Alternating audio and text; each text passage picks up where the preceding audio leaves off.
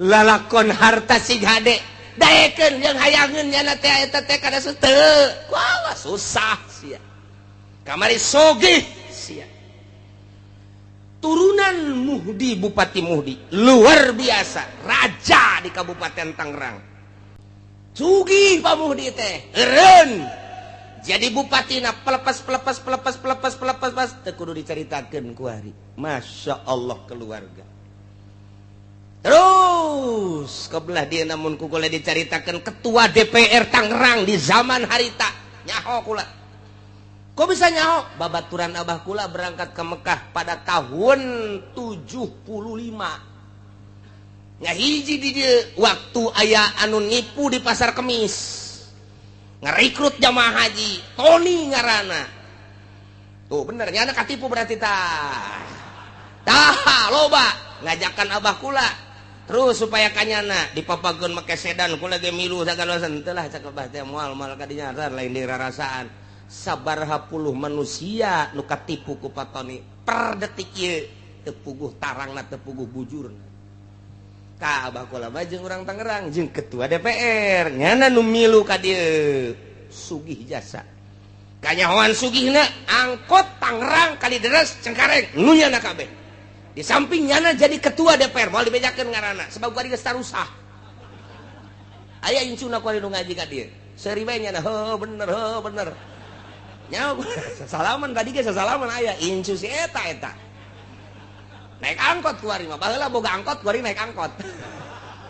keur carita harta sugih jasa pat susah jasa ku ari nang saha eta nang Allah wa huwal qahiru fauqa ibadi Soeharto 32 tahun ngajabat luar biasa hartaku jadi korup wah luar biasa nu ngadaharna lainnya rugi amat menang hese beleke hasil korupsinya di sidang tetap dihareupeun Allah di Rabbul Jalil nu ngadahar nu ngalebok lainnya rugi henteu otak pikir tah nyana nu disidang anak nu ngeuna anak mah ke bakal disidang deui bae sarua bae namun perjalananna teu beres rugi amat jang pemikiran urang jijah heuh nya aing anu kitu neangan kunaon batur anu menikmati deres mun teu disiksa nang saha eta Allah nu ngakitukeun wa huwal qahiru fauqa ibadi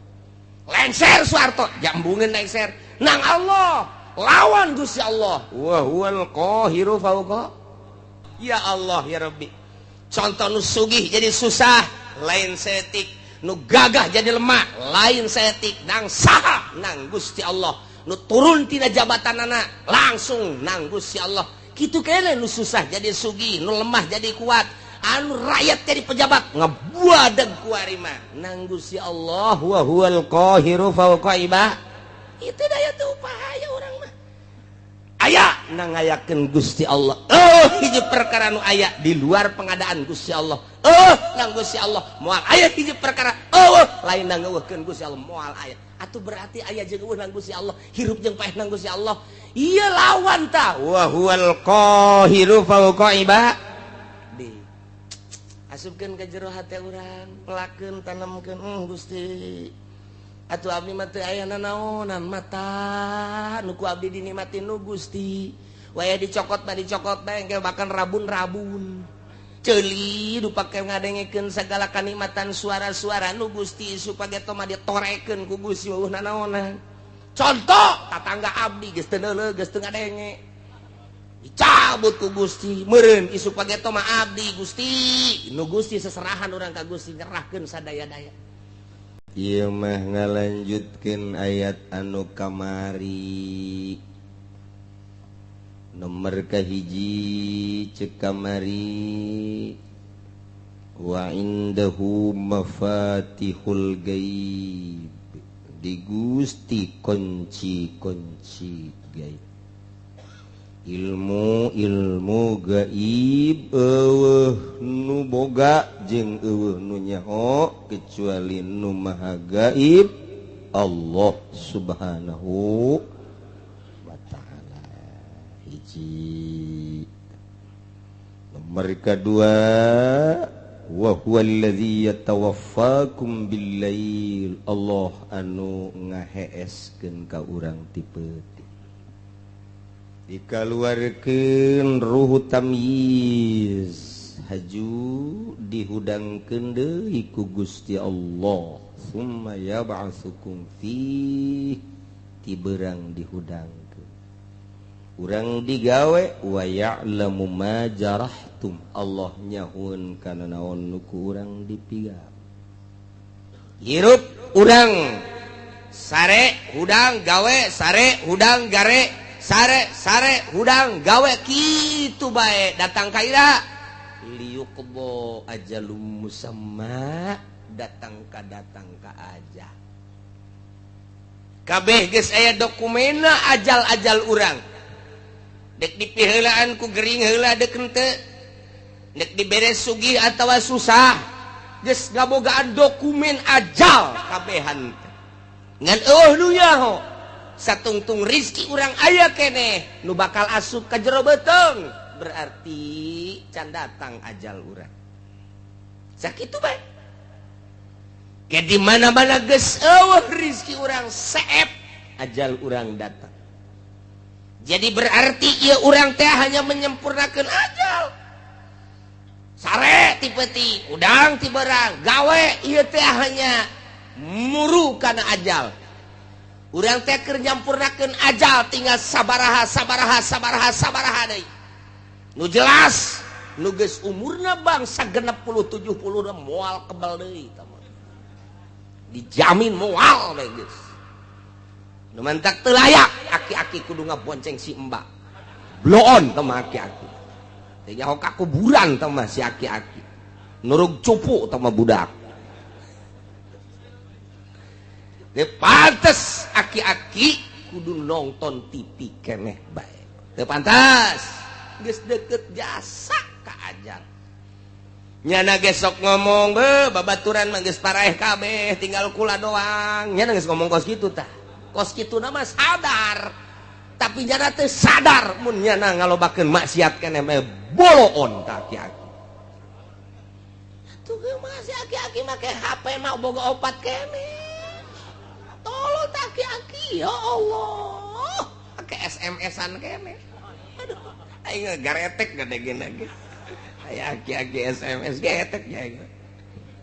Masya Allah karim nungguan ajal liyuqdo ajalum musamma paeh ketika datang ajal paeh khurujur ruh anil badan ruhul hayat keluar ti awak paeh apa geus an datang kadinya hehe summa ilaihi marji'ukum jaga beres kiamat bakal dihijikeun ka Gusti Allah. Geus hiji di mahsyar teh dek dinaonkeun summa yunabbiukum bima kuntum ta'malun. Allah bakal ngabejakeun hiji-hijina pagawean urang waktu urang di dunia. Ih, sararieu biasa.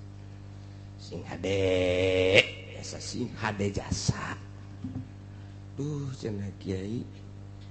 Asana kula mah keur ngora loba jasa dosa asana moal dihampura. Hehehe, blon tah nu kos kitu tah blon. Pangeran urang mah beda jeung pangeran Kristen. Pangeran urang mah beda jeung pangeran Yahudi. Pangeran urang mah beda jeung pangeran Konghucu, Buddha, Hindu. Pangeran urang mah Allah nu sifatna Ghafurur. Sangkirang loba dosa apan pangeranna maha Ghafur. Ghafur teh hartina wazan paulun cek tukang ngaji mah segat mubalaghah maha hampura sangat ngahampura sabaraha dosa sia sakolong langit hampura ku aing pan aing pangeran tenang tenang. Aduh cenah baheula ngadu koprok ulah kakarak jadi tukang ngadu koprok bandar koprok di hampura. Aduh cenah tuh kuari bandarna teruskeun bae si blon meureun. Tobat asal tobat ka Gusti. mentek nu bahaya memutuskeun rahmat eta ulah ngalamun bedi mah dosa aing mah gede jasa ya terutama maling lah sana aing mal dihampuran dek maling di beg eta belum da jelema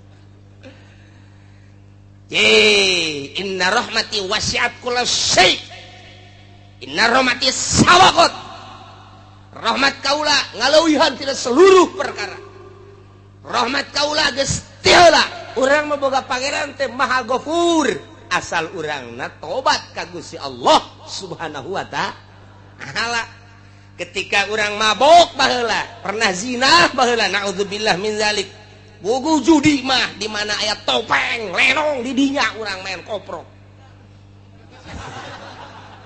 di dinya urang main dadu rolet jeung sajabana nah kuari barang ngaji teh pagawean aing kumaha yang ke di akhirat asana aing diputer-puterkeun ku baheula nah tobat ka Gusti Allah ketika urang tobat astagfirullahalazim Gusti ampura dosa abdi baheula hiji abdi sok main koprok main dadu main rolet aduh ampura deres mun menang melehan bae Gusti saya teh tobat cak Gusti Allah ari Pak Abdi nyahoun hamba kaula anallahu robban bahwa nyana boga pangeran nu ngaran Allah nyana keur mentah hampura ka Allah aing teh ya cak Gusti Allah berarti nyahoun nyana ka pangeran nu bener aing jeung aing teh ya maha gopor geus hei hamba kaula ngahampura ka anjeun geus dosa anjeun koprok dadu rolet judi deung sajabana dihampura ku aing beres sorga ya Allah aya lenong main deui aduh cek Gusti kabar bisa geus tobat ka aing main deui bae blon teh budak menang minggu malam minggu judi malam Senin tobat deui ka Allah astagfirullah astagfirullah Gusti nyahoeun nyana boga pangeran nyana ngaranna Allah sok ngahampura kuari sia keur menta hampura ka dihampura kuari geus salamet malam Kemis judi deui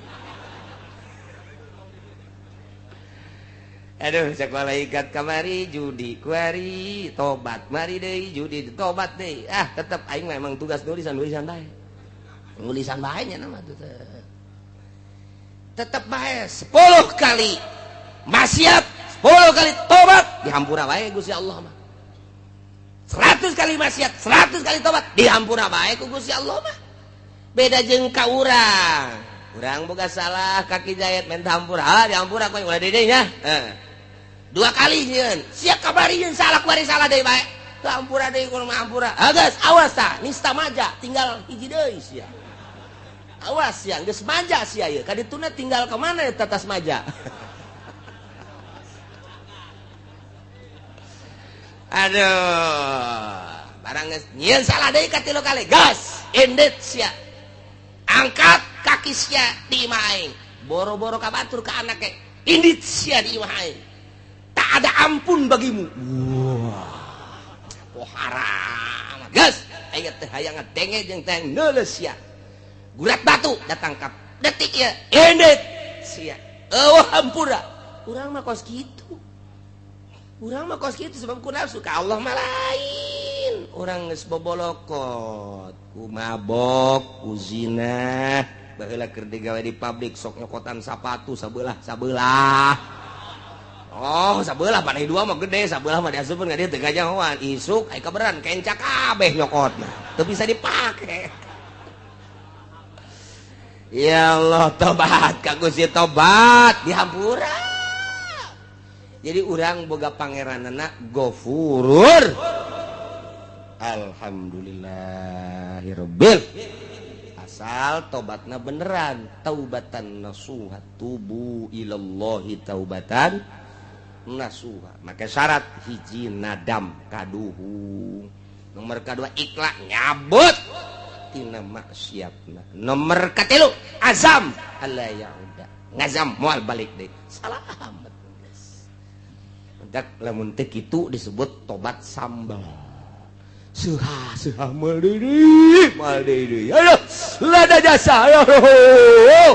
Isukan aya jengkol ngora, sikat deui. Tobat sambal ngaranna. Pos awewe ngalahirkeun ngomong deui. Ngomong deui geuning biasa. Menang 40 pe huhahe melendung deui. Tobat sambal pas gitu kan. Aduh, Masya Allah. Dihitung-hitung deh, geus 14 anak. Eleh, kotok ngileung-leum. Tuh masalah sih. Katerusanana ieu. Wa huwal qahiru fawqa ibadihi wa yursilu 'alaikum hafazah. Berarti Gusti Allah teh maha luar biasa lantaran ilmu gaib aya di Gusti Allah kuncina eueuh saurang-urang acan nu nyaho nu ngaheeskeun Gusti Allah anu ngahudangkeun Gusti Allah nu ngaleumpangkeun digawe Gusti Allah. Kemudian paeh terakhir ge nu ngamaehkeunana Gusti Allah deuk saha deui atuh nu leuwih ti Gusti Allah jamual aya nu mantak wa huwa Gusti Allah teh al-qahir anu ngalindih anu maha kuat anu ngelekeun luhur Gusti Allah fauqa ibadihi ngaluhuran seluruh hamba. Ulah macam-macam Allah nu ngaayakeun ti eueuh. Apa aya hiji perkara nu aya teh tanpa diayakeun ku Allah? Moal aya. Eueuh meunang eueuhkeun Gusti Allah. Apa aya hiji perkara eueuh lain dieueuhkeun ku Gusti Allah? Moal aya. Nu ngaayakeun barang nu aya, langit katut eusina, bumi katut eusina Gusti Allah. Nu ngeueuhkeun perkara nu geus aya, nah Gusti Allah Al-Qahir fauqa ibadi. Sing hade jeung Gusti Allah mah nu ngaayakeunna Allah, nu ngaeueuhkeunna Gusti Allah. Wa huwal qahiru fauqa ibadihi. Anu ngahirupkeun Gusti Allah, nu maehkeun Gusti Allah, nyehatkeun Gusti Allah, ngageringkeun Gusti Allah, nyugihkeun Gusti Allah, nyusahkeun Gusti Allah, makirkeun ngamiskinkeun meunang Gusti Allah. Kabeh eueuh nu kaluar ti Gusti Allah. Wa huwal qahiru fauqa ibadihi. Apa aya nu lain nang Gusti Allah? Eueuh. Cenah dokter nu nyehatkeun, dokter lagi modal. Ulah waka kabatur sia dokter sia bae heulanan, leglegan Gusti obat, ca modal-modal keneh bae. Nang Allah berarti ulah dikira urang berobat ke dokter namun urang itibat nang dokter kudu maca 2 kalimat syahadat. Sing hade nu nyugikeun cenah bos urang, bos lagi kadang-kadang susah deui. Teu saeutik nu kamari ieu sugih ku ari susah. Embungeun jana susah. Cak Gusti Allah susah sia susah bae. Gabari di zaman gusuran di tahun 72 mulai tahun 70 hiji asup gusuran ke pasar Kemis tanah teangan saukur 75 rupiah murah jasa jelema ngajar rual meuli simking meuli ponik sepeda teh wah luar biasa tahun sakitu tah kulantaran atuh abah kula mah henteu gusuran atuh kula mah makena henteu ponik henteu simking makena mobil mau sepeda nu gede teh bae. Nu gede teh kadang-kadang mah berat ku sepeda, moal mawa sepeda aing geus. Eta, wah, kabelah dieuna, wah, mari motor. Belah dieuna makin naik harga tanah, meuli mobil. Oi, belah dieuna pisan. Di tahun 80 ka dieu, wah, eta luar biasa jelema ngajualan tanah. Meuli angkot aya nu 30 aya nu 20 hirup keneh nu kamari boga angkot 40 ku ari teu boga sapeda aja moal dibejakeun jelema ge aya ku ari di dieu tadi ge sasalaman jeung kura iya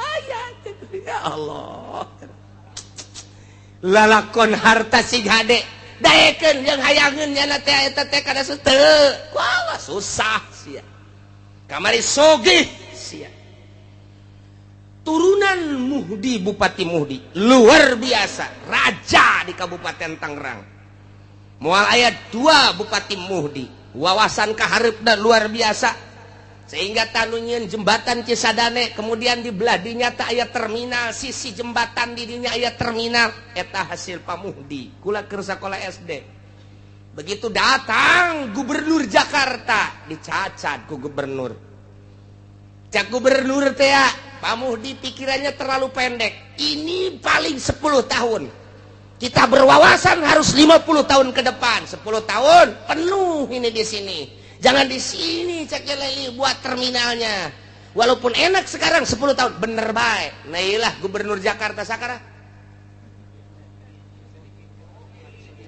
Ali Sadikin oh ulah naik yang siapa Ali Sadikin wawasanna luas oh bener tapi di alam sebab naon nyana menciptakan sebuah terminal anu luar biasa strategis nah di daerah Gondrong Cipondoh asup kadinya di Pasar Kemis Balaraja asup kadinya soal strategi diakui tapi soal ke depan paling 10 tahun baheula kula inget bae istimewa Pak Ali Sadikin memuji pamuhdi sugih pamuhdi teh eureun jadi bupatina pelepas teu kudu dicaritakeun ku hari Masya Allah keluarga terus kebelah dia namun kukula diceritakan ketua DPR Tangerang di zaman harita nyaho kula kok bisa nyaho babaturan abah kula berangkat ke Mekah pada tahun 75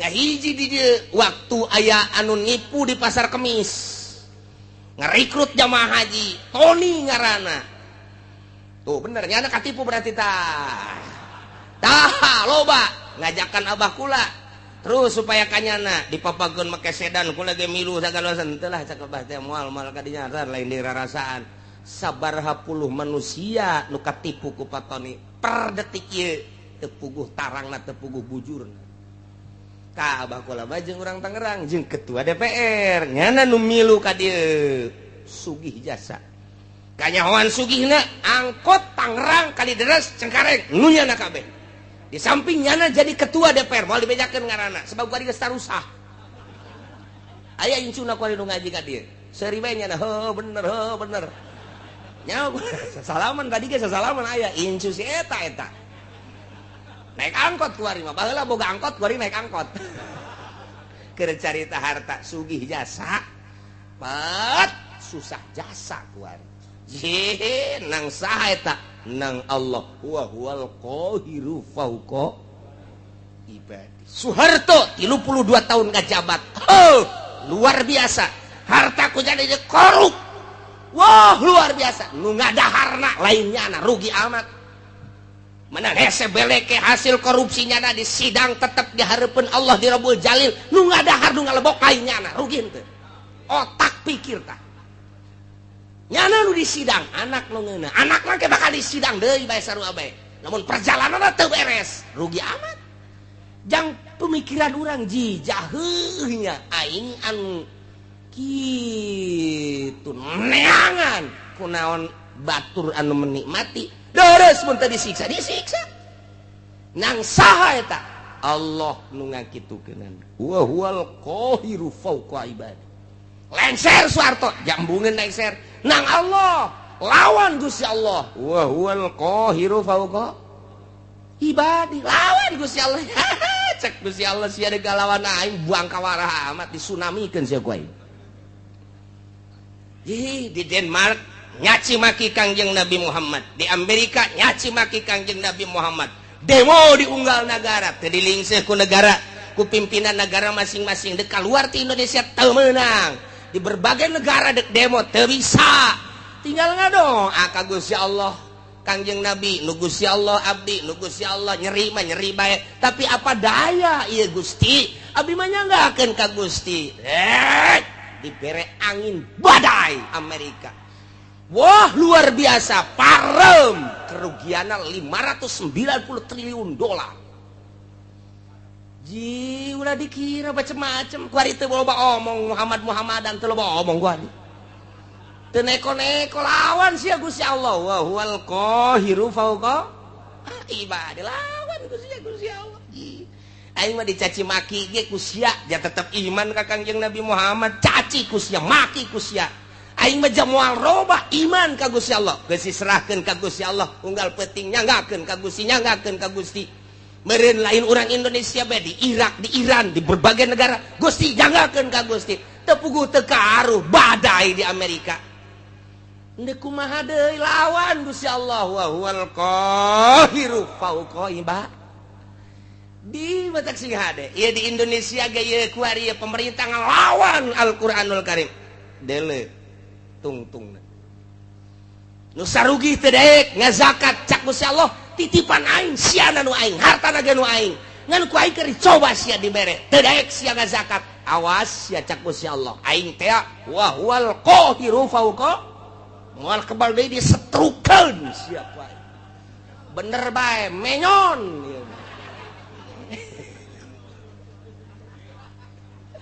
nu menyon ka katuhu nu menyon ka kenca nu leumpangna ingkleug-ingkleugan janu sugih eta teh ku sebab teu daek zakat rasakeun sia Allah ma wa huwal qahiru fauqa ibadi wali Allah ma asal geus teu daya teu upaya geus gado ajang bangsa jeung umat nyanggakeun ka Gusti jadeg ngalawan kumaha tuh deuk ngalawan kumaha aja bejana asal ngalawan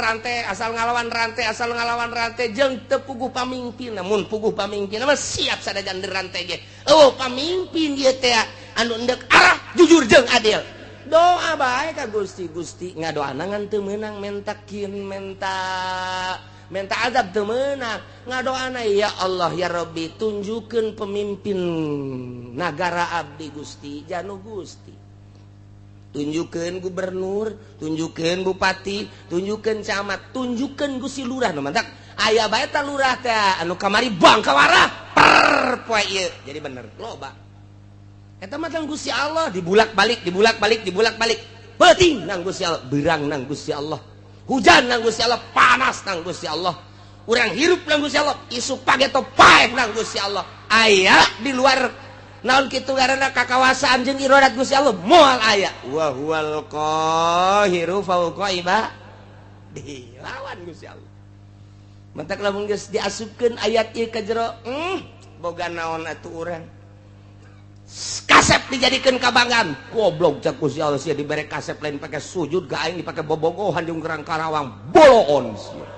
dibopengkeun sia ku aing sia bopeng wal qahiru fauqa ibadi dibere geulis lain pake sujud ka Gusti Allah endahan pake di layar kaca di layar perak layar emas boloon ta budak deleukeun ku aing sia moal kebal deui keriput ngedadak wa huwal qahiru fauqa ibadi lawan Gusti Allah ya Rabbi contoh nu sugih jadi susah lain setik nu gagah jadi lemah lain setik nang saha nang Gusti Allah nu turun tina jabatanana langsung nang Gusti Allah kitu keneh nu susah jadi sugih nu lemah jadi kuat anu rakyat jadi pejabat ngabuadeg ku ari mah nang Gusti Allah wa huwal qahiru fauqa ibadi itu daya teu upaya urang mah aya nang ngayakeun Gusti Allah hiji perkara nu aya di luar pengadaan Gusti Allah nang Gusti Allah moal aya hiji perkara lain nang ngeukeun Gusti Allah moal aya atuh berarti aya jeung nang Gusti Allah hirup jeung paeh nang Gusti Allah ieu lawan ta wa huwal qahiru fauqa ibadi asupkeun ka jero hate urang pelakeun tanemkeun Gusti atuh abdi mah teu aya nanaonan mata nu ku abdi dinikmatin nu Gusti waya dicokot bae engke bahkan rabun-rabun ceuli du pake ngadengekeun sagala kanikmatan suara-suara nu Gusti supaya mah ditorekeun ku Gusti weuh nanaonan contoh tatangga abdi geus teu neuleug geus teu ngadenge dicabut ku Gusti meureun isu pageto mah abdi Gusti nu Gusti seserahan urang ka Gusti nyerahkeun sadaya-daya ieu irung bisa pake hirup udara nage nu Gusti anu ku urang dihisep kajero keluar kajero keluar kajero oksigen alam ti Gusti sing hade teh ketika kurang dihirup aya dirinya teh nur ilahi jadi makrifat ketika kurang dihirup kadinya aya tetapi panyakiteun jadi darah tinggi dihirup kurang jadi virus dan lain sebagainya itu ya orang menang Gusti wa huwal qahiru fauqa ibadi sing hade dihalangan ku dokter make masker teu meunang aya penyakit asup nu pangheulana kena penyakit nu make masker. Iya tuh guys kok kitu bae tuh ti Gusti Allah sakadar suruat sarehat mah. Ye horeganan lamun geus cak Gusti kitu bae geus teu bisa. Ngan memeh datang ka hakikat eta urang dikudukeun bersyariat tetep kudu bersyariat.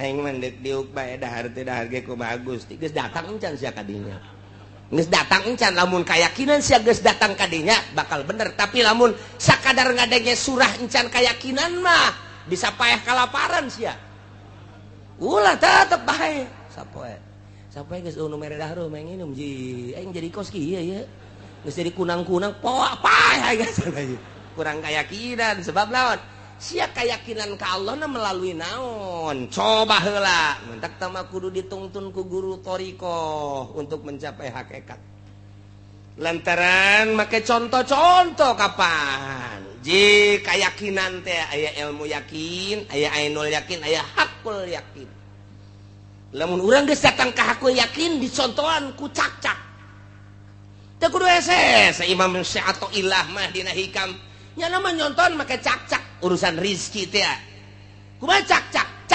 cicing bae iber henteu ka mamana henteu nu datang dahareunana ka nyana atuna naonan tareungit datang ka nyana coba jeun panyakit eta reungit nyanana cicing bae cak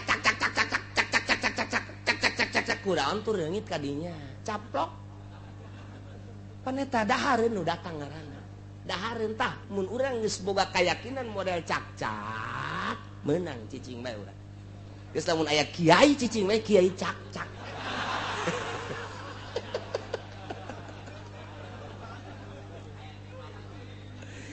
manuk onam cek sehato ilah manuk onam nyana aya hibran ti sayangna merendah keneh sanajan nyana teh berangkat khimason tagdu khimason taruh bitonan nyana inditi sayangna keleh beteung sore datang ye gendut beteungna teu pernah kadenge manuk boga pabrik teu pernah kadenge manuk boga perusahaan sugan supermarket Indomaret dan lain sebagainya tapi nyana indit ti imahna berhiber sore anakna kaparaban nyanana gendut ngan eta make usaha keneh nu leuwih hebat cak-cak nyana mah asal kaluar bae tah diparatok meh huluna cak kadang-kadang kupu-kupu nu gede ge kadahar meh bloon teu kupu-kupu deuk naon tuh kadinya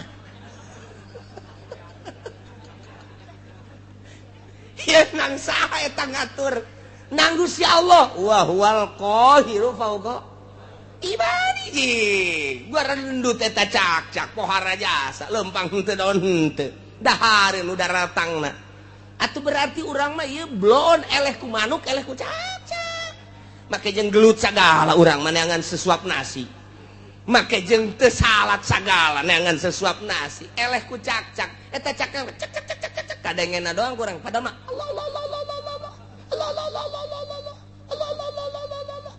ji kadengena ku urang cek lamun urang dibere kaberenehan sieun ka cak-cak sebab nyana teh muji lo urang lamun keur hees kieu aya cak-cak haju urang dibere kaberenehan Allah sial nyinggung aing sial sia Allah-Allahan aing kerek bloon sial bisa dipaehan ku urang cak-cak tak eta kitu teh eleh ku cak-cak urang waduh si atoh ilah mah geus pohar jasa hese urang nyaritakeun ilmu hakikat lamun eueuh si atoh ilah hese tah dibere contoh ku Syekh Athaillah teh datang henteu sia keyakinan sia kadinya datang ke manuk maka ikhtiar kene ngan sakit itulah datang ke cak-cak geus ikhtiar sama sekali urang datang ke mana kudu aya nu nuntun mimiti ngaji heula supaya aya ilmu geus aya ilmu ngaranna ilmu yakin ye bener ya naik dilaksanakeun supaya datang ka ainul yakin sageus datang ka ainul yakin dibere deui hak jadi hakul yakin geus datang ka hakikat di dinya nikmat hirup geus datang ka dinya lawan Gusti Allah wa huwal qahiru fauqa ibadih Gusti Allah maha nu maha ngalindih nu maha gagah saluhureun manusia saluhureun hamba di antara keistimewaan jeung kagagahan Gusti Allah teh wa yursilu alaikum hafadzah Gusti Allah ngutuskeun urang kabehan ka malaikat hafadzah malaikat hafadzah teh malaikatun tusi amalakum malaikat anu tukang ngitungan jeung nuliskeun kana amal-amal urang likulli insanin malakani tiap manusia aya dua malaikat malakun an yamini hiji malaikat dikatuhun wa malakun an shimalihi kadua malaikat dikencaeun sing yakin sing hade aya dua malaikat posisina cek sakaol mah di dieu malaikat teh cek sakaol mah di dieu di bibir katuh urang ditungtung bibir kenca urang cek sakaol mah nyana teh dipundakeun urang eta mangan sakadar caritaan-caritaan beuki ka jero nu jelas aya dua malaikat yakinkeun deuk di mana bae posisina hiji katuhu nu hiji dikenca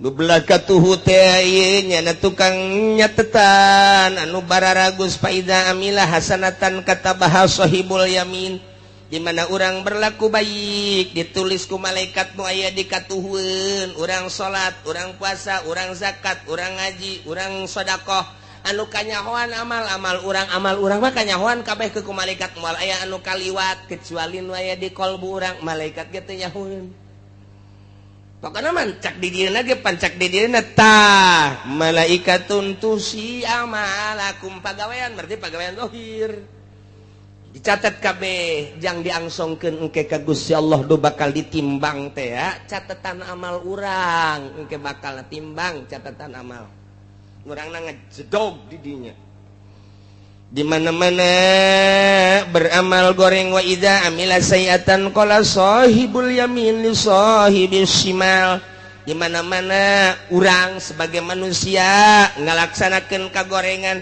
cek malaikat nu katuhu bebe jaka malaikat anu kenca isbir ulah waka dicatet heulana ulah waka cek malaikat nu kenca pannyana ieu geus maksiat heula la'allahu yatubu minha sugan bae nyana tobat geus ulah waka dicatet karunya engke di akhiratna masyaallah wah rajas ketika beramal bagus langsung catet tapi ketika beramal goreng malaikat nu katuhu nganasehatan isbir ulah ka jatuh ulah ka cak nu kencepat ieu geus beramal goreng nya keula lalahu ya tubuh boting tobat ke abeh ulah aya catetanana oh geus tunggu aya ki haji ngebonceng si mbak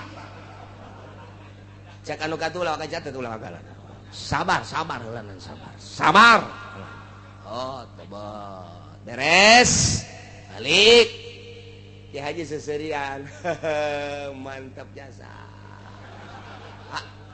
terus sabar apa ya sampai sapeting sampai sapeting nyana teh masih seserian kan we kakarak cak nu kencak mah ya catet atuh geus ku situ mah catet tapi lamun berangnya ngabonceng simba ngabonceng Lampung putih gede adat penting nata sisa Gusti aduh renganan eta lain mah rom Gusti haram nyana nyekelan kacang keng abdi aju ku abdi direm susuna karasa katonggong aduh eta jahenya gede cencekna susuna sotobat Gusti ka Gusti moal deui tuh teh dicatet kumaha teh cenah cak nu kenca teh geus tobat geus boleh catet lamun datang ka isuk deui nyana teh datang ka perlakuan nyana datang ka ngalakukeun can tobat ya catat Masya Allah mendak sing ade dua malaikat na ieu lah wa yursilu alaikum hafadzah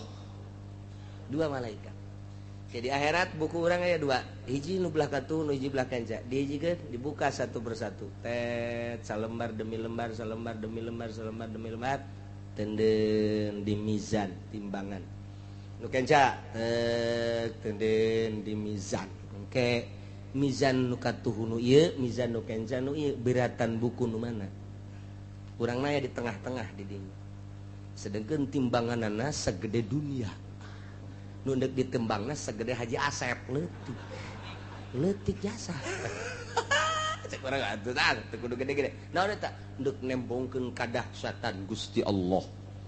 Buku ditimbang. Amal teh katuhu jeung kenca. Cek urang dihadapkeun ka dieu. Urang geus bareng-bareng ka mana ye, ka mana ye, ka mana. Aduh, puyeng urang. Makanya ditonton ku manusia kabeh. Haji Asep, maju. Timbang teh. Sakit Haji aing kumaha ieu lalakon. Koteng. Masih kena oyak-oyagan tah. Jelema ge mah nulukun, nu kiceup-kiceup. Ngenca.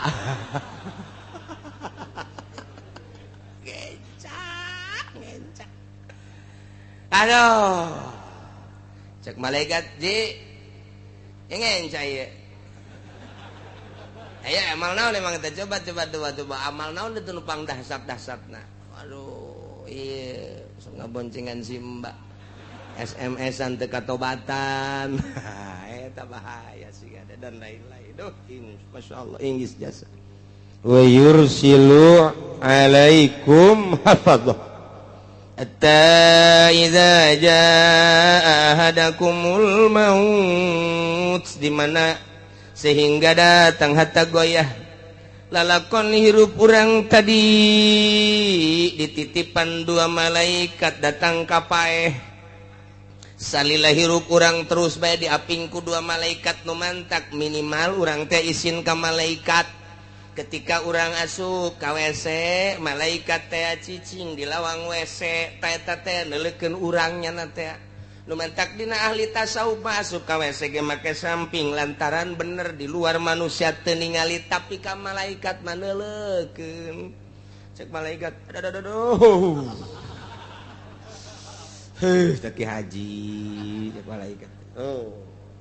Komo lamun awewe mah dideuleukeun. Ih, aya naonan eta.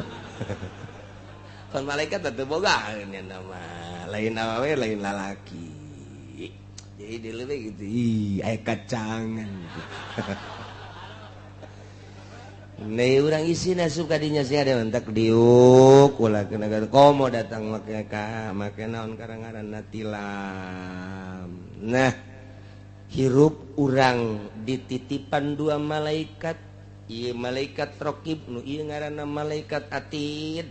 Eta teh datang ka maut hatta idza jaa sehingga di mana datang ahadakum da kasalasiji aranjeun kabeh al mautu pae tawafat rusuluna na mautkeun ka eta ahad yakne ka urang rusuluna utusan kaula nu agung cak Gusti Allah sa malaikat nu sejen deui ta mah al malaikatul muwakkaluna biqabdil arwah malaikat anu diwakilkeun ku Gusti Allah jang nyebutan roh-roh manusia bahasana rusuluna jamatina rasulun rusul numadak al malaikatul muwakkalun malaikat tu diwakilakeun ku Gusti Allah tita nyabutan berarti loba malaikat eta anu nyabutan ngan pemimpin nama hiji malaikat Israil hiji nya tah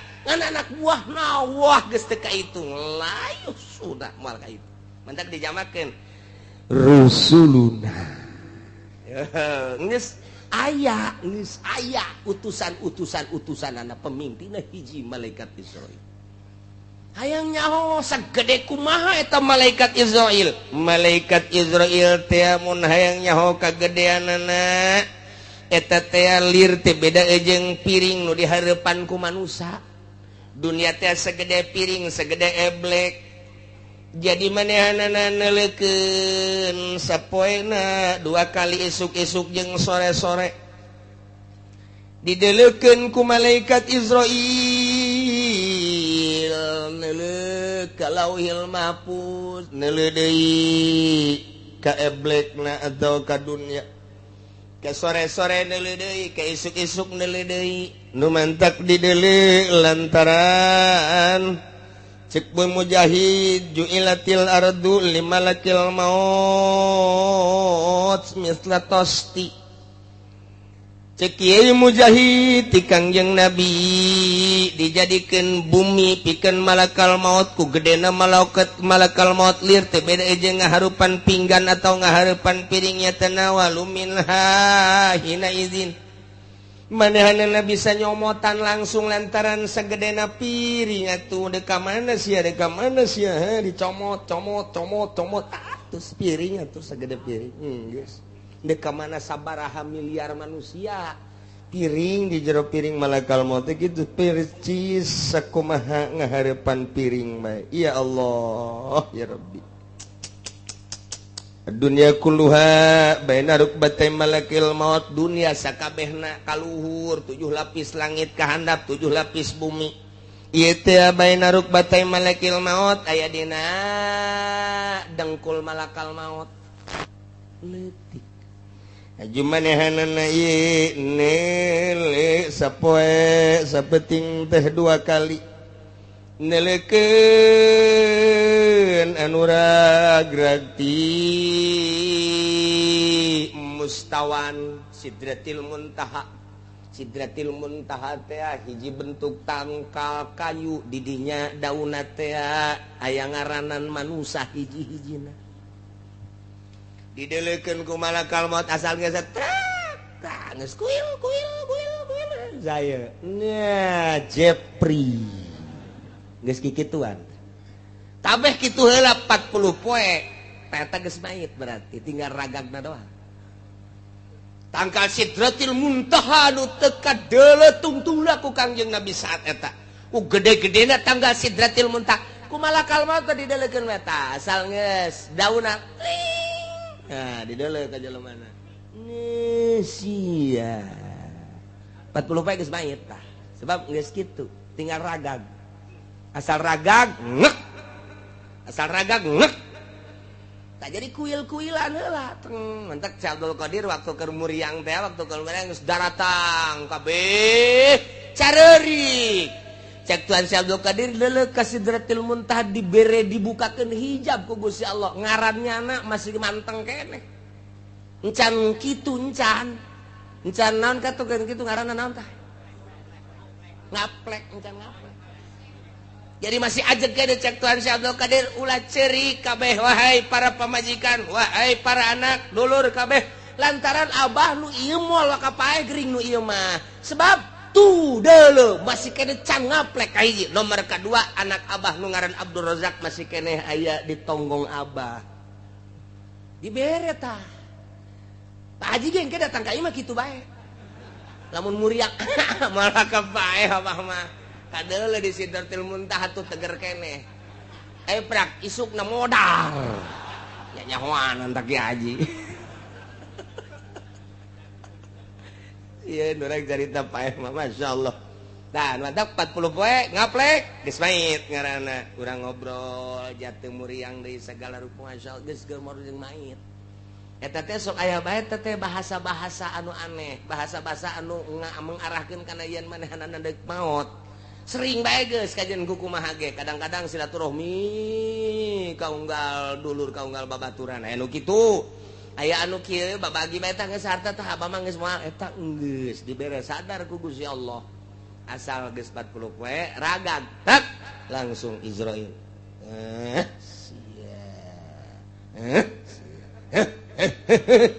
asupkeun ka kantong set eta kantong eta teh mun kurang ditarik hirup deui kantong ruh. Ya Allah ya Rabbi endek lumpat ka mana tuh urang boro-boro ku Gusti Allah fauqa ibadih al-qahir fauqa nang ngadenge malaikatna bae kos kitu mentek ulah sok bloon deui urang hirup ya Allah ya Rabb tah eta malakal maut Israil jeung para penggawa para hadam-hadamna nyabut nyawa ketika geus datang ka ajalna wa hum la yufarritun moal lalawara moal sembrono sehingga kasalahan moal aya nu paeh kasalahan moal aya cak ieu muriang nu ieu cager bugeun lantaran di ditu dan nu ieu tak cak urang salah tamalakal maut tah bigireun ieu mah nu geus geringat 3 tahun urang mah bisa kos kitu tah henteu malakal maut ieu teh gering-gering bae can gaplek mah di ditu tenang bae ngaplek kakara ieu sehat tinggal sehat geus gaplek cak malakal maut deka mana sih deka mana sih Edih, jeung kabar sagala. Geus ngaplek bloon sia. Eta urang geus ngaplek itu mantak sing hade. Masyaallah. Eueuh nu kasalahan, eueuh nu sembrono, wa hum la yufarritun. Yana yuqsiruna fiha fima yumarun. Moal aya lalawara. Naon nu diparentah ku Gusti Allah, can waktuna hajar bae moal aya malaikat. Moal aya bahaya tuh.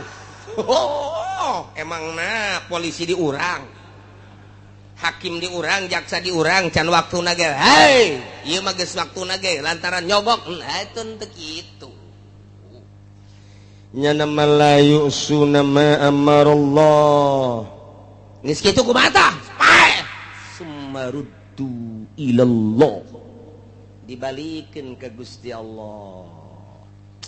Allah teh maulahumul haqqi pengurus Gusti pemilik anu lurus anu bener pengurus anu sabener-benerna dek dinaonkeun ieu liujazihib dek dibalas ku ari mah urang diurus teh alah pengurusan majazi tah mah ke urang bebalik ka pengurus anu sabener-benerna Gusti Allah. Sakumaha lu baheula urang waktu di alam arwah balik deui urang ka ditu deui ka Gusti Allah tinggal kumaha babawaanana jadi di awak urang teh aya 2 nomor kahiji jasad nomor kadua ruh 2 ta eta teh ngasukeun roh kana jasad diserahkeun ka Gusti Allah nyanggakeun sadaya-daya wa huwal qahiru fauqa ibadi ai jasad makasih kandel supliun bangsa handap zulmaniun bangsa poek bangsa zolim awak urang afanun bangsa bacin bau awak urang airuh mah latifun nazifun kohirun lelembutan lembut bangsa bangsa uluyun bangsa luhur ruh mah nazipun tohirun rahmaniyun rabbaniyun irah urang jadi bertolak belakang antara jasad jeung roh sangat berbeda sebab naon sebab di antara roh dibere nafsu jeung syahwat dimentak di ilmu thariqah engke bakalna digambar awak urang teh lain sazikir-zikirna digambar aya lelembutan posisi-posisina di mana roh nu mana posisina dek naon dek dibersihkeun ruh teh sebab urang mimiti ibadah teh make ibadah zahir fikih ngaranna kemudian urang make ibadah teh qalbu kadituna make roh nah ieu ruhani urang ke manu ibadah teh nu teu kanyahoan ku malaikat apa doh mah hancam hanya nulisan-nulisan anu kadeuleu ku matanya anu kasaksian ku nyana ibadah pagawean zahir ketika geus pagawean qalbu jeung roh malaikat hafadoh ge geus teu nyahoeun hanya Gusti Allah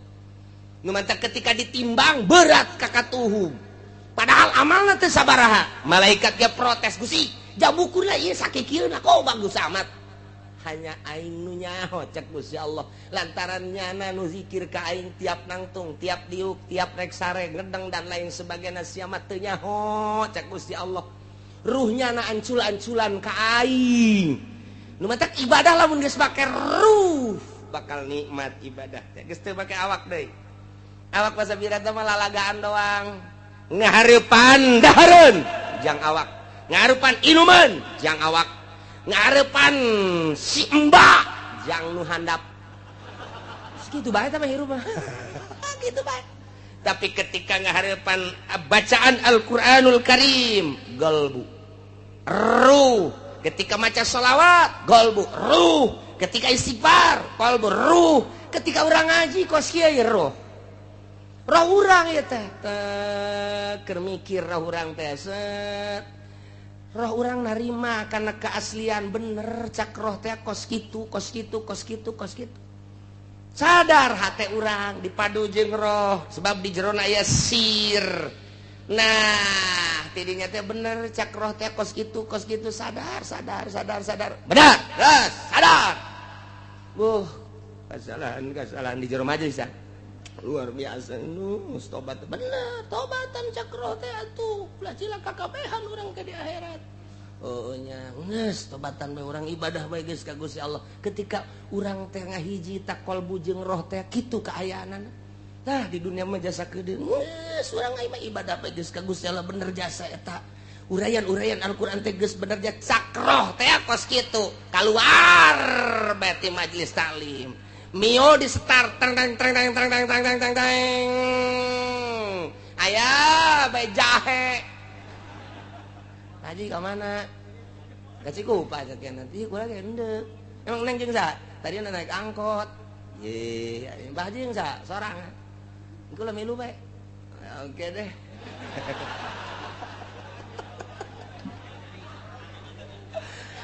Teh eta roh mata dendam roh. Tolol, goblok, cilaka sia. Cak roh, cak nafsu ya cak nafsu. Terus. Bangunna putih ya ieu mah. Cak nafsu tah hawa nafsu, cak roma ulah cilaka ieu cilaka. Roma pancet tadi gen nazifun latifun nazifun tahirun rabbaniun roh. Pedang langsung ti Gusti Allah. Pangheulana diciptakeun teh roh memeh urang aya di alpaisana 2000 tahun sebelumnya dunia roh geus diciptakeun ku Gusti Allah. Ku ari tinggal diasup-asupkeun bae. Tata cakro teh aduh cilaka ieu asana balik ka Gusti Allah. Cilaka ieu balik ka Gusti Allah. Aduh cilaka jasa ieu. Da tepe cakawana sudah roh ieu putih tanya. Dilalaunan-keun kurang emang Mbak di mana cicingnya? Di situ di Cikupa, dekat Citra. Ya emang sebelahnya. Pabuaran situ. Udah lama Mbak di lama udah pindah dulu pabrik Ono baru sekarang pabrik itu ya. Lampungnya di mana Mbak? Saya Lampungnya di Krui. Jauh iya jauh makanya segen pulang. Sekira itu udah pernah kawin udah suami saya nggak bener ninggalin saya. Jadi sekarang janda saya. Pak Haji punya istri nggak? Punya sih. Atau punya juga nggak apa-apa. Emang di agama makan boleh laki-laki makan 2. Masya Allah mantap jasa. Aduh guys luar biasa muringkak bulu ujianana. Aduh. Ya Allah ada nomor HP-nya nggak? Kata terus adlon. Cakrote aduh haji cak nafsu terus asana hesen yang anu putih kos kieu hese eta mah adapun ka dituna mah atuh aing geus terus rumah tangga mah henteu atuh tuh babari teh mah tah ngaranna milik geus dihareupeun teh mah masyaallah eta kos kitu tah keur di jero majelis iya waduh geus tobat aing geus tobat keluar ti lawang majlis deui tatobat Masya Allah nah awak kurang teh 2 roh hiji jasad hiji nu mantak ke di akhirat roh teh ieu teh nyarekanan awak goblok cak awak teh aing mah pan bagus diciptakeun tungtung nama ka neraka jeung aing-aingna roh kan bawa ka neraka sial jasa cak roh teh ye atuh cak teh sia teh kunaon daek bae lain hayu ka aing teh ye pan aing mah bangsa robani sia mah bangsana bangsa jismani sia mah pan sakifun berat supliun bangsa andap zulmaniun tah ieu teh pan ku aing jijieun alat sia teh aing teh teu bisa daya sebab aing melatih bisa na aing kanyahoan aya di awak sia pan sia ngaji ka Cilongo pan harita ku aing ta eta nu bener mah ulang ngridit urang ta eta nu akur mah pan atuh sia keluar di majelis aju ngridit deui atuh sia teh ngabejaan ribut cenah di hareupeun neraka ribut cak malaikat ulah ribut sia saruana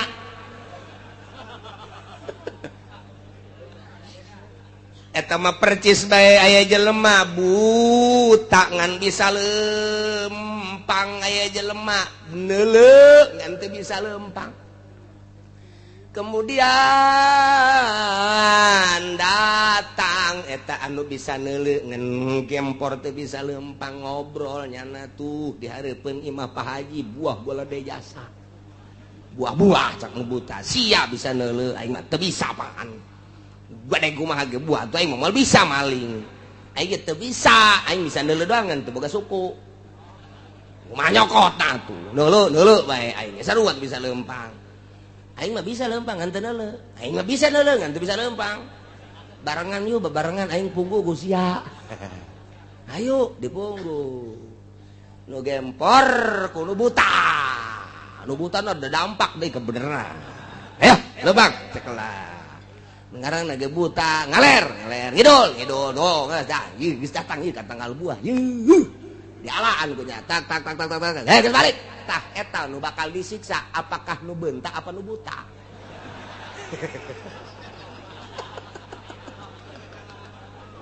ribut ke nu buta teh eta jeung nu gempor di hareupeun neraka ribut je Gusti abdi mah pan lamun henteu dibawa ku nu buta mah abdi geuleuh tinggal deuleu pan gempor cak nu buta tolol sia meureun aing bisa lempang ya aing ku sia teh dituduh-tuduh mah pasti dipunggu di aing goblok beureunanan sia ribut cak malaikat ulah ribut kabehan berjamaah ka neraka ieu ge sarua awak urang jeung roh tadi dibandingkeun model kos kitu geus bae kabehan bae roh jeung awak urang ka neraka ngementak mumpung orang diberi kesempatan ku Gusti Allah ja ieu teh bakal nasumaruddu ilallahi maulahumul haqq bakal dibalikeun seluruh makhluk ka Gusti Allah sebagai pengurus anu sabener-benerna ala eling lahul hukmu hukum ngan nu Gusti Allah doang engke saat eta mana hakim nu baheula di dunia sok ngahukuman ka dieu sia hakim geus ceurik bae teh heula jaksa mana jaksa pengacara ada sia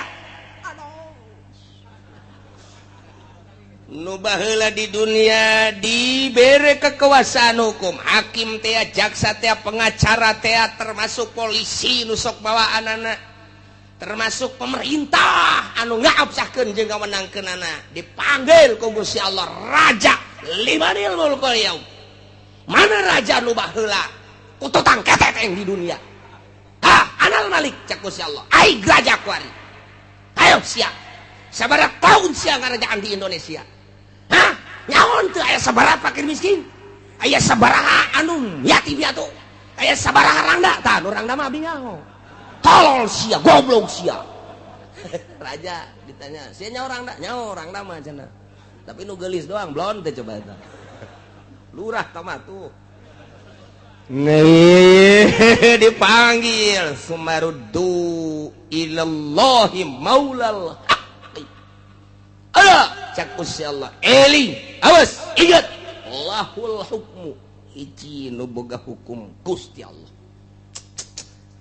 dekumaha engke urang peta urang sebab kekuasaan geus di aya Gusti Allah deui soal hukum di Gusti Allah neraka make ngalentab-lentab ngabuncal-buncal cai luar biasa ngagolak teh jangan ngagolakeun jelema-jelema anu maksiat jang ngulub jelema anu munkarat nu maksiat jang disate jelema-jelema anu kuari teu pararugu geus disadiakeun sateunana geus disadiakeun cai ngabuncal-buncal ngagolak ribuan tahun numun dikaluarkeun ku ari seuneu sagede jarum bae ge urang modar kabehan engke mah dikulub kadinya krebek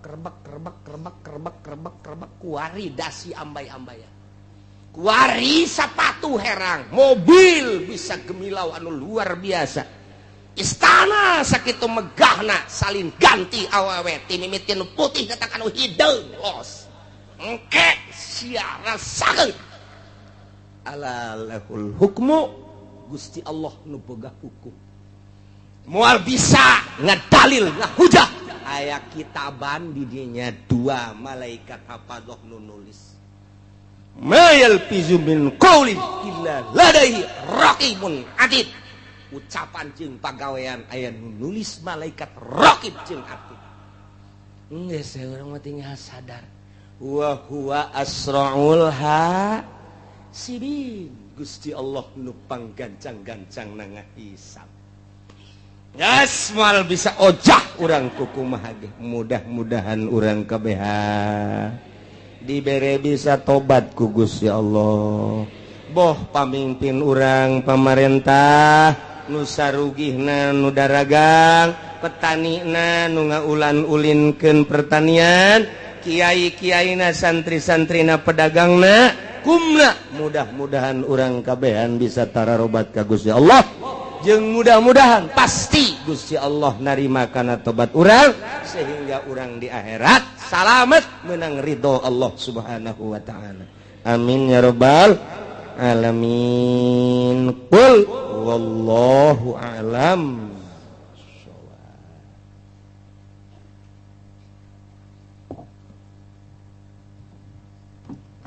A'udzu billahi minasy syaithanir rajim. Bismillahirrahmanirrahim. Wa kana Muhammadun ibnul Hanifan nabiyyan nasabaki Muhammad kang butalan nang Ki Hanafiyah radhiyallahu anhu muga nilar benu safallah anu saking Muhammad ya gulu iku ngucap ya Muhammad kutila ma'al Husain dan bunuh sumertana Sayyidina Husain bin Ali sittata asyara rajulan apa 16 wong lanang kulhum min wadari Fatimah az-Zuhra dari sakabeh sittata asyara iku tetep saking turunan atau anak Siti Fatimah Zuhra radhiyallahu anha muga nilar bendu safallah anha saking Fatimah.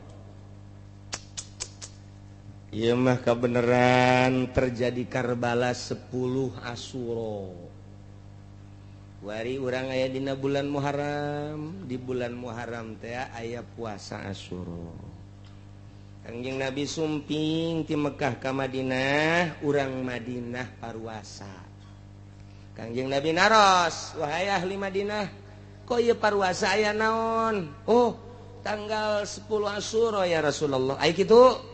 Wow, Kangjeng Nabi Yunus disalametkeun kaluar ti lauk 10 Asyura, Kangjeng Nabi Yusuf 10 Asyura, Kangjeng Nabi Ibrahim 10 Asyura, Kangjeng Nabi Yakub ningali deui matana 10 Asyura. Kemudian 10 Asyura na ieu ku kami bangsa Yahudi, ya bangsa Yahudi 10 Asyura teh loba kajadian-kajadian di antara nu paling dahsyat adalah salametna rombongan Musa Kangjeng Nabi Musa alaihis salam tina kejaran Firaun 10 Asyura. Disalametkeun Kangjeng Nabi nu tina parahuna 10 Asyura. Nu mantap jadi kebanggaan 10 Asyura kami mah puasa. Hehe, cak Kangjeng Nabi atuh kami leuwih utama tibatan anjeun. Nu mantap cak Kangjeng Nabi lamun kaula ye hirup datang ka engke deui bakal puasa Tasu'a. Tanggal 9 nu mantap cak Kangjeng Nabi sumu Asyura wa ma qablahu wa ma ba'da. Puasa anjeun dina tanggal 10 Muharram oge jeung poe memehna jeung poe entasna. Sahabat nanya kok pan Yahudi mangan Asyura dong. Urang kudu ngaku ngabedaan kaya do khaliful yahuda wan nasara. Sulayaan ku anjeun Yahudi jeung Nasara. Yahudi mah puasana tanggal 10, urang jeung tanggal 9. Lamun hayang beda, ulah puasa sama sakali. Eta nu akur mah tah. Puasa tanggal 10, tanggal 1 Kamis, Jumat, Sabtu. Berarti tanggal 10 Sabtu Asyura, memehna Jumat ngaranna Tasu'a. Nusa entas nama endek mang endek dilaksanakeun deuk entekeun bae cak pikih 2 bae Tasu'a jeung Asyura. Muncak ahli tasawuf 3 Tasu'a Asyura jeung 11. Jadi urang berarti minggu hareup mah puasa Jumat, puasa Tasu'a, poe Sabtuna Asyura. Nu mantak 2 abeh beda jeung Yahudi atawa mun hayang beda ulah asana loba anu eta tah. Bloon biasa siapa.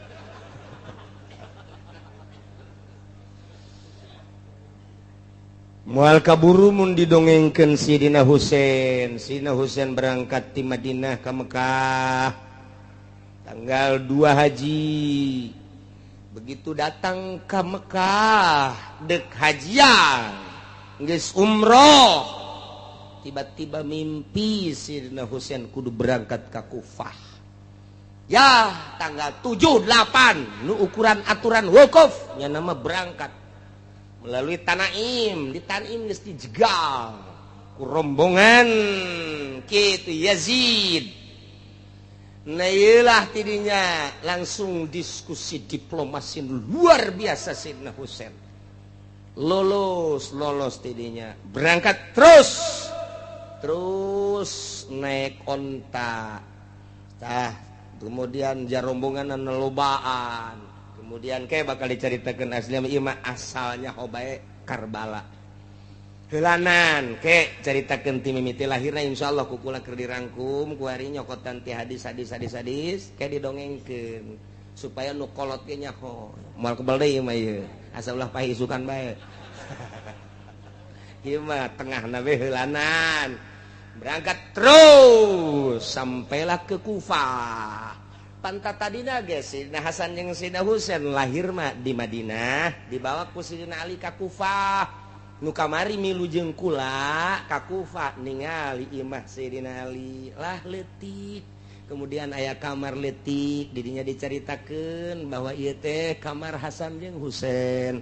Ieu kamar Sidina Ali, ieu dapurna, ieu paranti narima tamuna. Seorang raja gubernur saat eta, Masya Allah, jang narima tamuna hanya 2 meter kali 3 meter. 2 ka 3. Letik. Komo kamar Sidina Hasan jeung Sidina Husein mah letik jasa duaan didinya. Tak tidinya setelah Sidina Ali terbunuh kan Sidina Hasan jeung Husein ka Madinah. Di Madinah didinya lah Sidina Hasan teh kapan kita mimpin ke bakal jelas sama imah singkatna bae. Terus Sayyidina Husein kita beat ke mana ya ke Muawiyah. Emang kunaon kitu ta Muawiyah ketika Kangjeng Nabi pupus anu terpilih Sayyidina Abu Bakar nyana panas padahal nyana sahabat tuh paling menonjol di medan-medan laga sebagai panglima adalah Muawiyah. Kunaon anu dipilih Sayyidina Abu Bakar mulai dengki ti harita. Tapi ieu sahabat teu meunang di luar ngaji ye. Ieu mah keur carita bae. Pada urangna bae ke teu meunang ngadongengkeun nya. Mun ngadongengkeun pada urangna bae kitu deui. Kitu bae lanan. Sebab ieu sahabat jeung sahabat teu mantak sieun ge ngadongengkeun ieu mah sieun. Kan Muawiyah teh sahabat panglima Kangjeng Nabi. Tapi didinya masih keneh Sayyidina Muawiyah teh kitu nahan kasabaran ketika Sayyidina Abu Bakar Siddiq selesai tina jabatan khalifahna sugan kapake deui Sayyidina Muawiyah kunaon Sayyidina Umar nu ditaekeun. Mulailah Sayyidina Muawiyah di dieu ngabangun kekuatan armada. Nyana nyieun kitu armada kekuatan. Jadi berarti oposisi. Itulah Sayyidina Muawiyah. Begitu ditungguan beres Sayyidina Umar nyana ngangsongkeun diri Sayyidina Utsman nu naik. Nah iyalah makin dendam ta Sayyidina Muawiyah. Balik Sayyidina Muawiyah ka Irak, ka Kufah. Didinyalah nyieun kekuatan. Setelah Sayyidina Utsman tumbang, lain tumbang eureun, kemudian naik Sayyidina Ali, dahsyat Sayyidina Ali, peranglah jeung Sayyidina Muawiyah. Lantaran naon ieu tita tadina ge hayang jadi pamimpin. Masya Allah, kos gitulah kepemimpinan. Secara zahir mah kos gitu secara zahir. Akhirnya ya ribet Sayyidina Ali tumbang lantaran na pedang. Engke diceritakeun insyaallah satu persatu. Nah ieu mah diceritakeun Karbala. dinyalah terus Sayyidina Hasan bangkit. Sayyidina Hasan, kemudian Sayyidina Husain. Sayyidina Husain titah beat ka Sayyidina Muawiyah. Sayyidina Muawiyah maot, Yazid titah beat ka Yazid putra daripada Muawiyah. Teu daekeun zaman Muawiyah jeung Sayyidina Ali bapa jeung bapa, kuari zaman anak Yazid jeung Sayyidina Husain. Kemudian panglimana adalah Abdullah bin Ziyad. Ieu nu paling buang kalarah mak. Tidinyalah kabur Sayyidina Husain ka Madinah. Di Madinah terus yang kekuatan loba pengikutnya hampir luar biasa. Berangkatlah ke Mekah hasil daripada mimpi jeung mimpi-mimpi nu tadi dicaritakeun kamari bahwa bakal terbunuh geus nyahoan Sayyidina Husain. Sebab Sayyidina Husain penghulu manusia anu geus caritakeun ku Kangjeng Nabi, dua pemuda anu bakal jadi keistimewaan di sorga cek Kangjeng Nabi. Bakal katingali dua pemuda saha eta Hasan jeung Husain incu kaula. Jadinya langsung dicaritakeun dina impian bakal perang jeung bakal terbunuh. Geus nyahoan Sayyidina Husain mah. Nu mantak Sayyidina Husain mah kapan ieu teh termasuk kana kitu mursyid. Malaikat Jibril ti Gusti Allah, ti malaikat Jibril ka Kangjeng Nabi, ti Kangjeng Nabi ka Sayyidina Ali, ti Sayyidina Ali ka Sayyidina Husain, mursyid. Dina thariqah moal aya nu kaluar ti Sayyidina Husain. Moal aya nu kaluar ti Sayyidina Husain moal aya. Jadinya terus ke Syekh Muhammad Bakir. Nah, terus saya Sayyidina Husain teh mimpi ka Mekah. Lantaran tadi nak ka Mekah keburu mimpi deui tanggal 7 tanggal 8 berangkat nu kuduna wukuf nyana berangkat melalui Tanaim ka Kufah. Di Kufah geus disadiakeun jang peperangan ku Yazid. Jadinya beberapa hari berarti datang ke tanggal 1 Muharram masih di jalan, tanggal 2 Muharram masih di jalan, tanggal 3 Muharram sampailah tanggal 7 sampailah di Karbala. Nyeun kemah-kemah ngaran-ngarana keur dicatetan ku kula saha nu milu awewe turunan Kangjeng Nabi syarifah berarti kitu keneh putra daripada Sayyidina Hasan, putra daripada Sayyidina Husain. Urang lamun ka Karbala ka ditu bakal aya di dinya teh nu mawa cai kieu bae yeuh, cai ngorolok bae. Nah eta bakal dicaritakeun insyaallah Abul Fadl Abbas eta teh dulur Sayyidina Husain beda mah. Nah ieu lamun urang geus ka ditu ka Iran nganyaho urang makom Sayyidina Husain Karbala bakal nyaho kabayang be ta Karbala teh. Aya Abul Fadl Abbas eta cai ngorolok bae di dinya lantaran ketika Sayyidina Husain panglima anu henteu terkalahkan luar biasa titah beat ka Yazid teh embung lantaran naon ieu sebab Yazid eta neruskeun Muawiyah nu matak embung naon lantaran perpuluh dilaksanakeun haram ieu cek Sayyidina Husain teh. Di antarana aya sababaraha poin anu dirobah nu di zaman Kangjeng ku Sayyidina Muawiyah dilanjutkeun ku Yazid. Jadi berarti merangan batil Sayyidina Husain teh. Hargai kaula sebagai incu Muhammad, incu Rasulullah. Anjeun geus karobah hukum-hukum menang ti bapa kolot kaula. Kula mah datang ka Irage moal kudu beat kanu ngaran Yazid. Satungtung Yazid galaksanakeun luar aturan Al-Qur'anul Karim. Masya Allah. Tidinya lah terus yang tenda akhirnya perang. Sapoe istimewa Sayyidina Husain. 2 poe loba nu gugur. Katilu poe tanggal 10.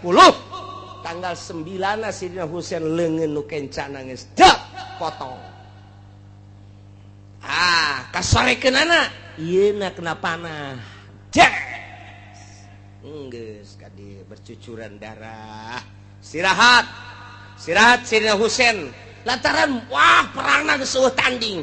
Jadi lamun Sayyidina Husain turun ke medan laga, kafir teh geus teu ka itu bret kaistimewaan ngulinkeun kuda jeung ngulinkeun naon panah jeung pedangna. Iyalah Sayyidina Husain. Tah, baju nu waktu dipake ku manehanna perang warnana kos kieu. Nu di luar tuh nyawa. Nah, mantak di Iran aya 3 rupa, engke bakalna di Kupah. 1 warna hideung, 2 warna merah, 3 semu beureum, kaopat warna model kieu. Ieu lah nu dipake ku Sayyidina Husain, warnana lain ieu. itu sembarangan nih makanya itu sembarangan. Tuh, gitulah supaya nyaho itu Sayyidina Husain tanggal 10. Geus tanggal 9 hari tanggal berguguran geus nyahoan. Begitu ku Siti Zainab diulahkeun ge perang terus. Nyarekan Sayyidina Husain, ulah geus nyaho bakal maot. Dahaga Sayyidina Husain teh. Mentak Abdul Fadl nyokot ka Bengawan Efrat. Tidinya teh dihadang.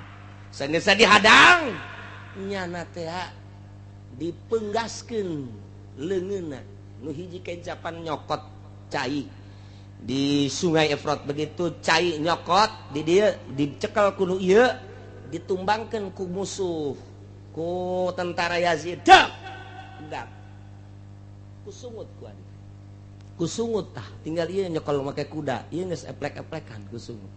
Nah ku ari ieu da belah ieu blas tinggal make ieu doang nya teh padahal nyana ge dahaga tapi nyana teu wani nginum lantaran Sayyidina Husain can nginum. Naon sababna nu matak teu wani nginum? Nyana lamun nginum maknya nyana seubeuh Sayyidina Husain ieu mah dahaga maknya miheulaan Sayyidina Husain teu sanggup nyana teh kitu naon ngaranna ngeunah nginum seger di atas penderitaan batur. Sakitu keur perang masih keneh nyana teh tanaun karena adab-adaban datang ka dinya. Ya dianggeuskeun bae langsung ceger tumbang. Oh nu nginum saurang-urang acan. Nu mentak lambangna ke di Karbala cai gitu. Diais ka dieu, ngorolok ka dieu. Ketika kula zarah ka ditu ditanyakeun aya cai naon urang ditu lagi hampir teu nyarahoeun. Tah sejarahna aya dina hadis kos kitulah nu mentak jadilah lambang sebagian besar nyaho. Komun nu zararah mah geus teh nyaho kaler kidul bae tah mah geus. Kukula didongengkeun oh kitu mentak jadilah lambang cai. Tah Sayyidina Husain langsung dahaga sanggeus dahaga geus teu kuat ku dahaga-dahagana. Jadi dalam henteu keur perang, sanggeus henteu keur perang keur tenang tanggal 10 datanglah ke Syam. Nah, utusan daripada Umar bin Abdul nu kamari dicaritakeun di dieu tah pembunuhna Umar teh Umar bin Abdul lain sabenerna mentak persina kill aslina mah kos kitu. Langsung bae ditumbangkeun ceger dibelah heula ceger. Memehna heula memeh lantaran kuat jasa Sayyidina Husain mah hampir eleh.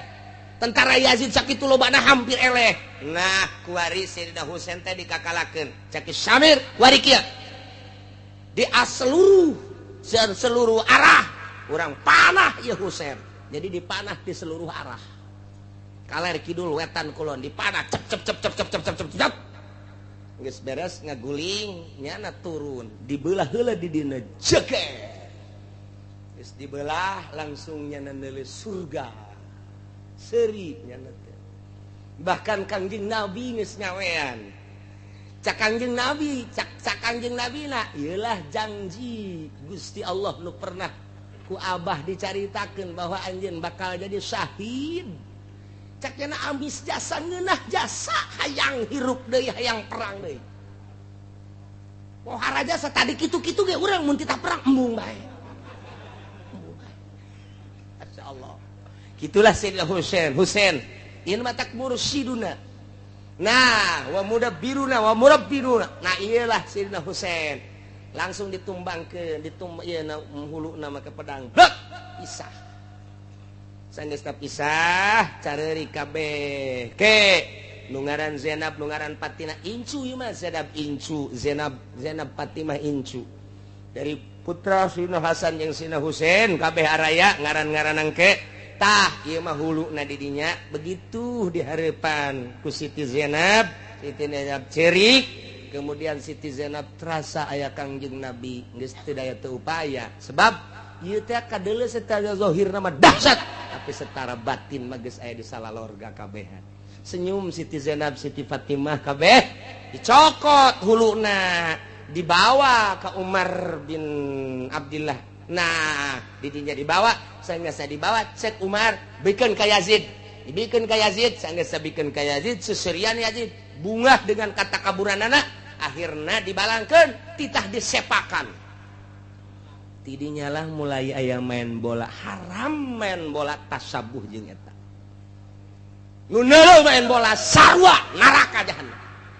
Penghinaan terhadap cucu Kangjeng Nabi nu ngaran Sayyidina Husain radhiyallahu anhu. Bangsa tarolol kabeh kitu. Kabeh geus mah buatan Yahudi, buatan Nasrani, urang ulah sok kikituanan ku ari mah. Ingat ketika Yazid menghina terhadap Sayyidina Husain, dipakai main bola tah hulu sirah Sayyidina Husain. Akhirnya dibawa ke Mesir, di Mesir gitu keneh.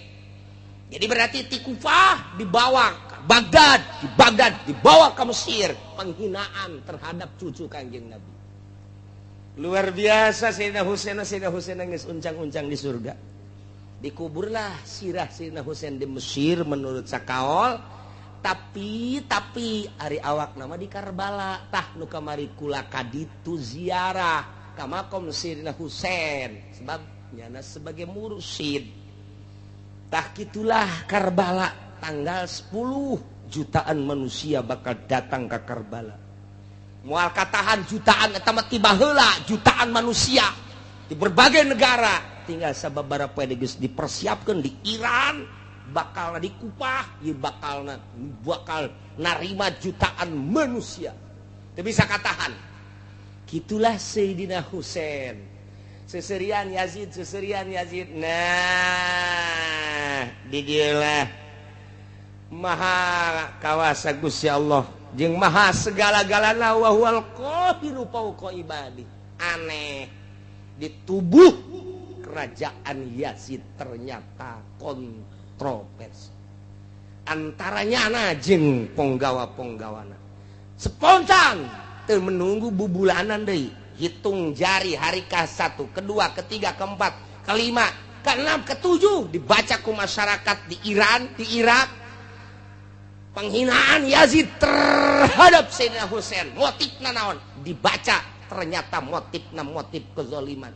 Sayyidina Husain ieu numbangkeun kezaliman, perang teh lain lalagaan, jihad fisabilillah. Simpati manusia terhadap Sayyidina Husain dan buah sat luar biasa. Teu katahan, dek diabing Yazid ku masyarakat. Hudang Irak, Iran, Mesir, Yordan, Syria, hudang kabeh dek numbangkeun kepemimpinan Yazid. Iyalah Bani Umayyah. Masya Allah. Tayalah mun dicaritakeun ieu mah dicaritakeun Karbala lantaran minggu hareup geus liwat. Jadi berarti Sabtu bakalna jutaan manusia di Karbala. Nah ieu urang kebenaran pas ngabahas Sayyidina Husain Karbala. Mudah-mudahan urang dihijikeun jeung Sayyidina Husain jeung para penegak agama Allah, dihijikeun jeung Kangjeng Nabi di akhirat babarengan jeung ahli-ahli Allah jeung para syuhada wassalihin. Amin ya rabbal alamin. Ieu mah hanya sekelumit hartina Muhammad bin Nanafiyah nyaritakeun bahwa nu terbunuh kutila ma'al Husain cek sakaol ieu 16 seluruhna nu 16 ieu mah ieu adalah keluarga ahlul bait. Turunan Sayyidina Hasan, turunan Sayyidina Husain, yakni Habib, Syarifah nu 16. Oke, kaul kedua yang sabaraha dan selanjutnya.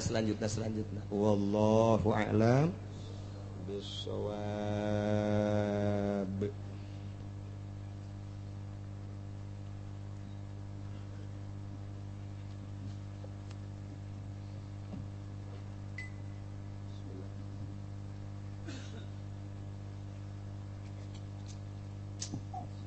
Allahumma salli wa sallim ala sayyidina Muhammadin fil awalin wal akhirin wa barik wa sallim wa radiyallahu ta'ala an sadatina ashabi sayyidina Rasulillahi ajma'in. Amin ya Allah ya rabbal alamin. Allahumma hdina siratal mustaqim, Allahumma hdina siratal mustaqim, Allahumma hdina siratal mustaqim, siratal ladzina an'amta 'alaihim minan nabiyyin siddiqina wa syuhada'i wa shalihin wa hasuna ulaika rafiqa dzalikal fadlu minallahi wa kafa billahi alima wa salli wa sallim ala jamil anbiya'i wal mursalin. Alhamdulillah.